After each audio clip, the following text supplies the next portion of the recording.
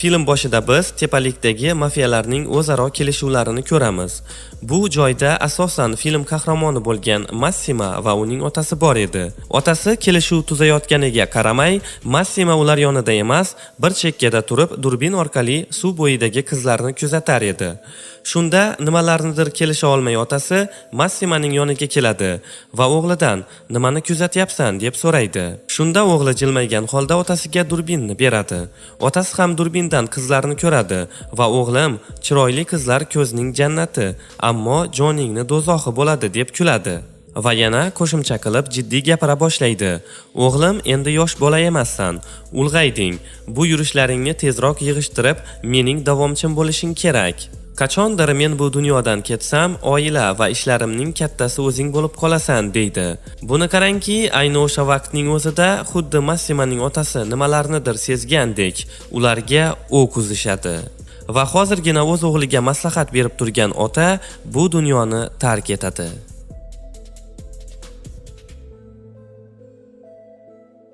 Oradan 5 yil o'tdi. Endilikda Massima ilgarigidek ish yoqmas yosh bola emas edi. U ulg'aygan va ishbilarmon biznesmen edi. Keyin esa bizga Laura ismli qizni ko'rsatishadi. Laura juda ham maftunkor ayol edi. Ishdan charchab kelgan Laura eri bilan dam olmoqchi bo'ladi, lekin uning eri buni xohlamaydi va "Charchaganman" deb qo'yadi. Bu Laura uchun yangilik emas edi. Eri xohlamaganidan keyin Laura o'z xonasiga kirib, har xil o'yinchoqlari bilan o'zini o'zi qondiradi. Biroz vaqt o'tib bilamizki, Laura bilan eri o'rtasidagi munosabatlar unchalik ham yaxshi emas ekan. Hatto ularning Milan bo'ylab sayohatlari ham munosabatlarini yaxshi tomonga o'zgartira olmagan.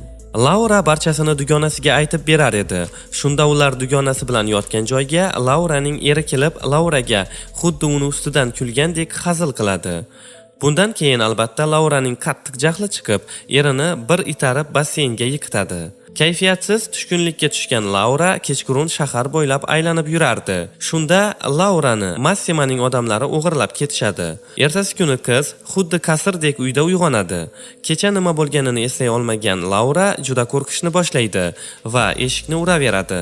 Ammo bularning bari befoyda edi. Eshik faqat kechasi ochilardi. Qiz bir amallab u yerdan qochishga muvaffaq bo'ladi, lekin bu katta uydan chiqish ancha murakkab edi. Qochib qiz bir joyda o'zining katta suratini ko'rib qotib qoladi va ayni shu joyda qizning orqasidan Massima kelib, "Adashib qoldingmi?" deydi. Battar qo'rqgan qiz o'sha yerning o'zida hushidan ketadi. Laura o'ziga kelgach, Massima unga juda g'alati qiliqlar qilar, goh-goh teginar edi. Ammo bularning barchasi Laurada jirkanchlik uyg'otadi va qiz baqirib, "Nimaga meni bu yerda kuch ishlatib ushlab turibsan? Sen kimsan o'zi?" deydi. Shunda Massima qizga barchasini birin-ketin tushuntira boshlaydi. Ya'ni Massima otasidan ayrilgan kuni Laurani ko'rgan va Massimani hayotga qaytargan narsa bu Lauraning sharpasi ekan. Xullas, Massima qizni telbalarcha sevar ekan. Massima Laurani uzoq yillar davomida izlagan va nihoyat mana uni topdi. Massima Lauraga shart qo'yadi. Ya'ni Laurada 365 kun muddat bor. Ushbu vaqt ichida Laura Massimani sevib qola olsa, ular birga bo'lishadi. Agar shuncha vaqt ichida ham seva olmasa, u qizni qo'yib yuborar ekan. Laura bu aqlsizlik deb qochmoqchi bo'ladi, lekin uni Massima ushlab devorga suyaydi va shu bahonada qizning uyoq-buyoqlariga teginishni boshlaydi va darhol o'zini qo'lga olib, "Sen o'zingni menga ishonib topshirmaguningcha men senga teginmayman" deydi. Oradan ko'p o'tmay Massima o'z ishchilari ichidagi sotqinni topadi va uni so'roq qilishni boshlaydi. Shunda Laura ham yana qochishga urinadi va tashqariga chiqishga ham erishadi. Ammo buni qarangki, qiz to'ppa-to'g'ri Massima so'roq qilib turgan joyga borib qoladi va Massima vahshiylarcha sotqinni otib tashlaganini guvohi bo'lib yana hushidan ketadi. Ertasiga esa Laura o'ziga kelgach, yonida Massima o'tirganini ko'rib, undan juda qo'rqa boshlaydi. Shunda Massima ham qizga "Sen bularni ko'rmasliging kerak edi. U odam sotqin bo'lib chiqdi. Sotqinni jazosi o'lim" deb o'zini oqlay boshlaydi va oxirida qizga "Tayyor bo'lib tur, 2 soatdan keyin ketamiz. Hali kiyimlar ham sotib olishing kerak" deydi. Shunda jahli chiqqan Laura "Men hech qayerga chiqmayman. Men nima, sening shaxsiy buyumingmidimki meni xohlagan joyingga olib borasan" deb janjal qiladi. Bu yerda Massima indamay uni eshitib turdi deysizmi? Ha, yo'q albatta. Massima qizni darhol to'shakka bosib, juda jiddiy tarzda bu yerda kim xo'jayin ekanini tushuntirib qo'yadi. Taqdirga tan bergan Laura nihoyat kiyinib ovqatlanishga chiqdi. Tan olish kerak, u juda latofatli edi. Qiz o'ziga o'zi savol bergan shekilli, sevgan erim menga xiyonat qildi. Men ham hayotimni qaytadan boshlasamchi deb va hech qanday qarshiliklarsiz ovqatlanib plyajda yotib dam oladi. Keyin esa kiyim-kechaklar xarid qilishga borishadi. Bu yerdan bir nechta kiyimlar xarid qilishadi.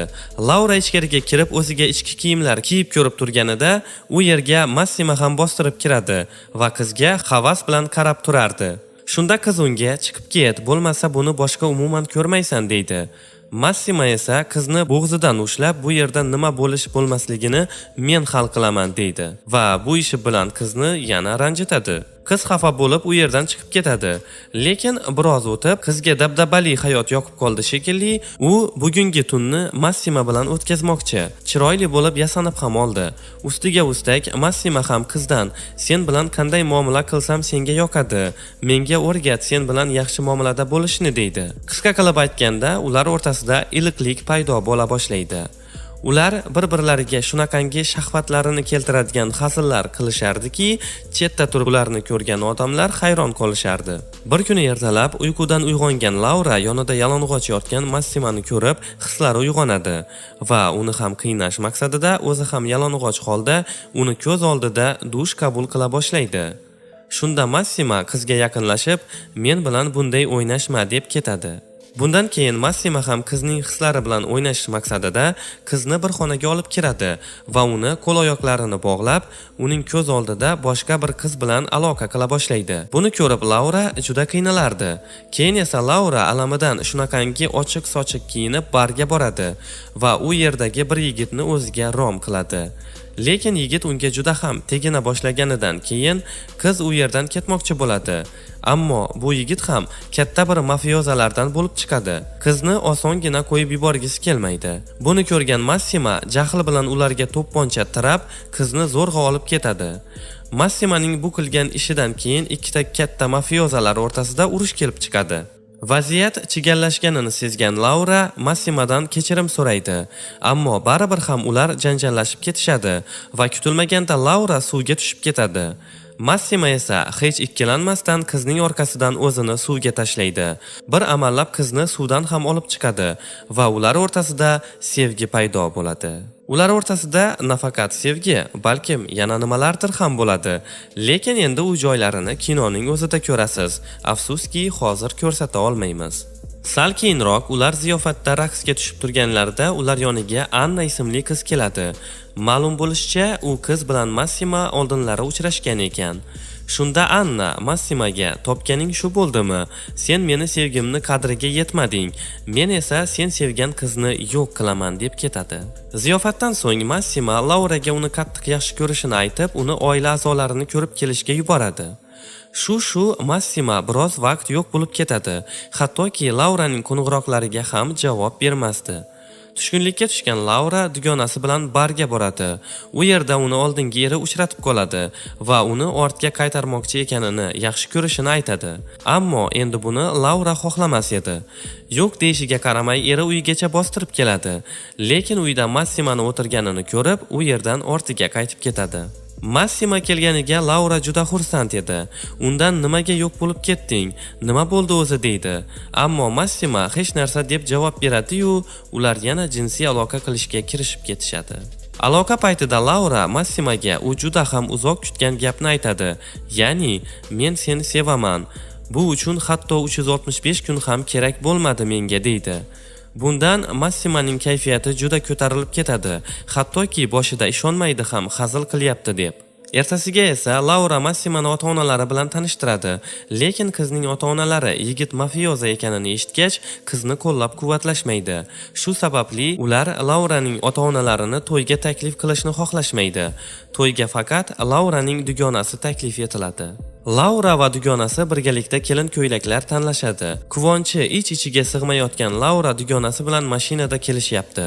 Ularning ketidan Massimaning ishchilari tushishadi. Nega deganda kimdir Laurani o'ldirmoqchi ekanidan xabar topishgan. Bu haqida Massimani ham xabardor qilishga harakat qilishadi. Bir necha bor qo'ng'iroq qilishadi, ammo uning telefoni band edi. U ayni vaqtda Laura bilan gaplashib turardi. Massimaga Laura ular farzand kutayotganini aytmoqchi bo'ladi, ammo aytishga ulgurmaydi. Lauraning mashinasi tunnel ichiga kirib ketadi. Aloqa ham uzilib qoladi va uning mashinasi tunnel ichidan chiqmaydi. Laura tuzoqqa tushganini bilgan Massima g'azab va alamlari bilan yig'laydi, chunki u endigina erishgan juft halolidan ayrilgan edi. Salom do'stlar, bugun biz 2015-yilgi Amerika komediya melodramasining Escort nomli syujetini tahlil qilamiz. Natali bu shahvoniy eskort ayoli. U pul uchun erkaklarga xizmat ko'rsatishga majbur, chunki u talabalik davridagi yoqimsiz voqea tufayli normal ish topa olmaydi. Alohida va vositachilarsiz ishlaydigan qiz mijozlarni topadi va ular qanchalik iflos va jirkanch ko'rinmasin, ularning istaklarini bajaradi. Natali har kimning ehtiyojlarini qondirishga tayyor, hatto o'zini yosh boladek ko'rsatadigan yoki yomon xulq-atvori uchun uni jazolashni talab qiladigan maniaklarga ham. Bularning barchasi unga qisman zavq bag'ishlaydi, chunki qiz yaxshi pul topadi va o'zini to'liq ta'minlay oladi. Mitch omadsiz jurnalist bo'lib, u jiddiy munosabatlardan qochadi va birinchi uchrashgan qizi bilan sevgi qilishni yoqtiradi. Eng yaxshi do'sti vaziyatni to'g'rilashga yordam berishga qaror qiladi. Mitchni shirin va odobli qiz bilan uchrashishga taklif qiladi. Unga qiziqish bildirmagan Mitch kattalar uchun film tomosha qilish uchun hojatxonaga yashirinadi. U sevib qolishni istamaydi va ilovadagi qizlar bilan tanishishni afzal ko'radi, chunki ular oddiy va har doim nimani xohlashlarini bilishadi. Ularning uchrashuvlari kamdan kam hollarda 5 daqiqadan ko'proq davom etadi, ammo bu yigit uchun biroz zavqlanish uchun yetarli edi. Kechqurun taqdir Mitch va Natalini bar yonidagi restoranda birlashtiradi. Odatdagidek qiz o'z xizmatlarini bir kechaga $3000 taklif qiladi, ammo Mitch zavq uchun pul to'lashga odatlanmagan. U uni osongina erishish mumkin bo'lgan qiz deb atab, u bunga javoban qizdan bir talay gap eshitadi. Chunki Natali o'zini eskort xizmatlari deb atab, o'zini qadimiy kasbning vakili deb hisoblamaydi. Ketishidan oldin qiz nufuzli universitetni tugatganini tan oladi va bu o'qimishli oson erishish mumkin bo'lgan qizlarni uchratmagan jurnalistni biroz hayratda qoldiradi. Bir necha kundan so'ng Mitchning hayoti dars keta boshlaydi, chunki xo'jayin uni ishdan bo'shatishga qaror qiladi. Tahririyatda qisqartirish rejalashtirilgan edi. Mitch esa boshliq bilan yaqin munosabatlarga kira olmaydigan yagona odam bo'lib chiqdi. U hech qachon qiz hamkasblari bilan raqobatlasha olmasligini anglab, jurnalist gazetani tark etadi. U tez orada tushkunlikka tushib, o'ziga bo'lgan ishonchni yo'qotadi va chiroyli qizlar bilan tasodifiy aloqadan tasalli topishda davom etadi. Bir necha hafta o'tgach, Mitch yangi ish topishga qaror qildi, ammo barcha tahririyatlar uni rad etishdi yoki umuman bepul ishlashni taklif qilishdi.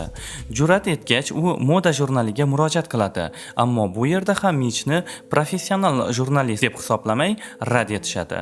Ammo bu yerda ishlashni juda xohlagan Mitch tez orada ularga juda qiziqarli maqola bilan tashrif buyurishga va'da beradi. Uning maqolasi kimlardir tushunib yetgandir, Natali haqida bo'lishi kerak edi. Ro'zg'or bilan bog'liq muammolar ham o'zlarini eslatishdi, chunki yigit kvartirani ijaraga olardi. Hozirda esa unga kvartiraga to'lashga ham pul qolmagan. Kechqurun u Natalini barda topishga harakat qiladi, lekin o'zini juda shubhali tutadi. Barmen Mitchning politsiyachi ekan yoki emasligini tekshirmoqchi bo'ladi, ammo bu jurnalistga yoqmaydi. Natali bilan uchrashgandan so'ng u unga yordam berishini va qiziqarli maqola uchun tadqiqot obyekti bo'lishini so'raydi. Lekin qiz bunga mutlaqo qarshi, chunki u shaxsiy hayoti va ishi ommaga oshkor bo'lishini istamaydi albatta. O'sha kuni kechqurun Natali mijoz bilan uchrashadi, ammo bu mijoz unga taqiqlangan ishlarni qilmoqchi edi. Natali o'pishishga mutlaqo qarshi va erkak uni kuch bilan o'pishga harakat qiladi. Buning uchun qiz uning qorniga zarba beradi. Do'sti bilan maslahatlashganidan so'ng Natali uni himoya qila oladigan odamni topish yaxshi bo'lishini tushunadi. Soqchi bilan pul bo'lishni istamay, u Michga qayta qo'ng'iroq qiladi va uning hikoyasini bosh qahramoni bo'lishga rozi bo'ladi. Agar albatta u doimo qizning yonida yursagina. Birinchi navbatda ular yigitning tashqi ko'rinishini o'zgartirishadi. Doimiy ravishda Natalining yonida bo'lgan Mich shokka tushadi, chunki eskortdan tashqari qiz og'ir xarakterli bolalar uchun matematika o'qituvchisi bo'lib ishlaydi. Biroz vaqt o'tgach, Mich Natalining eng yaqin do'sti bilan uchrashadi va uni eskort dunyosiga olib kelgan odam ekanligini bilib oladi. Qiz juda yoqimli, ish uchun oson pulni yaxshi ko'rardi. Shuning uchun u bu ishni davom ettirmoqda. Shu bilan birga Natali boshqalar singari o'ziga kerakli summani yig'gach, bu ishini tugatishini aytadi. Kechqurun juftlik barga borishadi va Mich qizni kuzatishi kerak. U boshqa erkaklar bilan uchrashmoqda. Mehmonxona xonasini qo'riqlayotganda yigit Natali orgazmni soxtalashtirayotganini tushunadi. Bu narsalarni Natali yaxshigina choychaqa olish uchun qilardi. Tez orada Mich va Natali birga ko'proq vaqt o'tkazishni boshlaydilar va ko'plab o'xshashliklarga ega bo'lgan do'st bo'lishadi. Bir kuni kechqurun qo'pol erkaklar qizga yopishib olishadi va Mich uni himoya qilishi kerak. Shu yerning o'zida Mich qizning hiyla-nayranglarini fosh qiladi. Ya'ni Natali Michni o'z soqchisi sifatida olib yurishini. Xabarni olgach, yigit ketadi va Natali shubhali ko'rinadi. U yigitning tez-tez kimdir bilan SMS yozishayotganini ko'rdi, lekin u undan nimani yashirayotganini tushunmadi. Natali Michni kuzatib borishga qaror qilib, uning ketidan boradi. So'ngra qarasa yigit arzon kafe hojatxonasida birinchi uchrashgan qizi bilan muhabbat qilayotganini bilib oladi. Bundan keyin Mich Nataliga tanishuv ilovasi haqida aytishga majbur bo'ladi. Shundan so'ng juftlik jinsiy yo'l bilan yuqadigan kasalliklar yo'qligini bilish uchun test natijalari va klinikalarda tez-tez tekshiruvlar bilan maqtanishadi. Uchrashuv natijalariga ko'ra, Mich nafaqat Nataliga juda chiroyli ekanligini, balki otasi bilan uchrashish uchun o'zini qiz do'sti qilib ko'rsatishni ham so'raydi. Mich hammani uni yaqinlikka berilib ketgan deb hisoblashidan xavotirda. Shuning uchun u yaqinlarini qiz bilan tanishtirishni xohlaydi. Ertasi kuni ertalab juftlik qishloq uyiga borishadi va Michning otasi boy odam bo'lib chiqdi. U ilgari konsertlarda to'liq stadionlarni to'plagan, ammo hozirda yolg'iz va ko'p sport bilan shug'ullanadi. Oila a'zolari Natalidan mamnun. Axir ular u nafaqat bolalar o'qituvchisi, balki erkaklarning ehtiyojlarini qondiradigan eskort ayoli ekanligini tushunishmaydi-da. Kechki ovqatdan so'ng Mich otasi bilan yolg'iz gaplashishga qaror qiladi va qarz so'raydi, ammo Natali ularni suhbatini eshitganini bilmasdan rad javobini oladi. Biroz vaqt o'tgach, juftlik Emilyni do'stlari bilan uchrashishga olib borishadi va suhbat davomida birga vaqt o'tkazishga qaror qilishadi. Natali o'zining mukammal ma'lumot ega ekanligini va bundan ham yaxshiroq natijalarga erishishi mumkinligini tan oladi. Lekin u sevgi bilan shug'ullanishni yaxshi ko'rardi. Yakuniy imtihonlardan biroz oldin u uchrashgan barcha yigitlarning ro'yxatini tuzdi va uni do'stlariga yubordi. Shunda hasadgo'y qizlardan biri uni internetga joylagan va natijada buni hatto televizorda ham namoyish etishgan. Buning natijasida Natalining hayoti ostin-ustun bo'lib ketgan. Uning birgina ismi aytilishi barchaga u yengil tabiat qiz degan tushunchani bergan. Natijada qizni hech qayerga ishga qabul qilishmagan. Kechqurun Natali va Mich Emilyni uyiga olib ketishadi. Uyda Emily bilan juftlik film tomosha qilishadi va keyin yotoqxonaga borishadi. Mich Natalining yonida yotishga qodir emas va u uxlash uchun joy tayyorlamoqda. Natali yordam beradi, ammo shu payt ular orasida sevgi uchquni paydo bo'ladi. Ular juda ehtirosli o'pishishadi va keyin nima bo'lganini o'zim aytmasam ham tushunasiz degan umiddaman. Ertalab Natali yigitni uyiga olib boradi va uning iqtisodiy muammolarini bilib, ozgina pul beradi. Qiz sog'lig'ini tekshirish uchun klinikaga ketayotganda Mich yana bir oddiy go'zal qiz bilan uchrashadi, lekin u endi hech kimni seva olmasligini tushunadi. U Natalini sevib qoldi va u bilan birga bo'lishni xohlaydi. Shuning uchun u qizni qo'llab-quvvatlash va birga vaqt o'tkazish uchun klinikaga boradi. Biroz vaqt o'tgach, Mich do'sti bilan janjallashadi. Chunki Mich yengiltak qizni sevib qolgan edi-da. Natali o'z ishini davom ettirmoqda, ammo Mich bundan umuman mamnun emas, chunki u har kuni qizni kuchliroq rashk qiladi. Ko'p o'tmay do'sti va oilasi Michning psixolog bilan reabilitatsiya qilish va birinchi uchrashgan qizlari bilan yotishni to'xtatishga kelishgan.